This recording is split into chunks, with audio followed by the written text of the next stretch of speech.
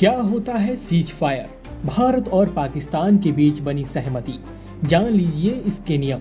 नमस्कार, मैं हूं अभिषेक त्रिपाठी और आप देख रहे हैं ट्रूथ वॉच इंडिया। भारत और पाकिस्तान के बीच संघर्ष विराम हो गया है। दोनों देश फिलहाल संघर्ष रोकने पर सहमत हो गए हैं। इस बीच यह शब्द सीज फायर अचानक चर्चा में आ गया है। ऐसे में आपको बताते हैं कि आखिर सीज फायर होता क्या है। दरअसल सीज फायर का मतलब होता है किसी भी संघर्ष पर विराम लगा देना, यानी इसके लागू होने पर संघर्ष अस्थायी या स्थायी तौर पर रुक जाता है।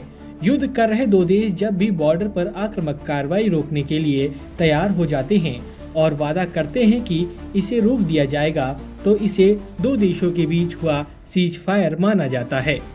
सीज फायर की हमेशा ही औपचारिक तौर पर किसी संधि की जरूरत नहीं होती। दो देश अपनी सहमति के आधार पर भी यह फैसला ले सकते हैं।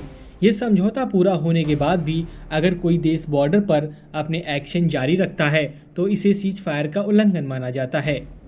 भारत और पाकिस्तान की बात की जाए तो जब 1947 में कश्मीर के लिए दोनों देशों के बीच जंग हुई, इस युद्ध को रोकने के लिए यूनाइटेड नेशन बीच में आया। यूएन के हस्तक्षेप के बाद 1949 में भारत पाकिस्तान ने अपनी सहमति से जम्मू कश्मीर पर एक लाइन स्थापित की, जिसे सीज फायर लाइन माना गया।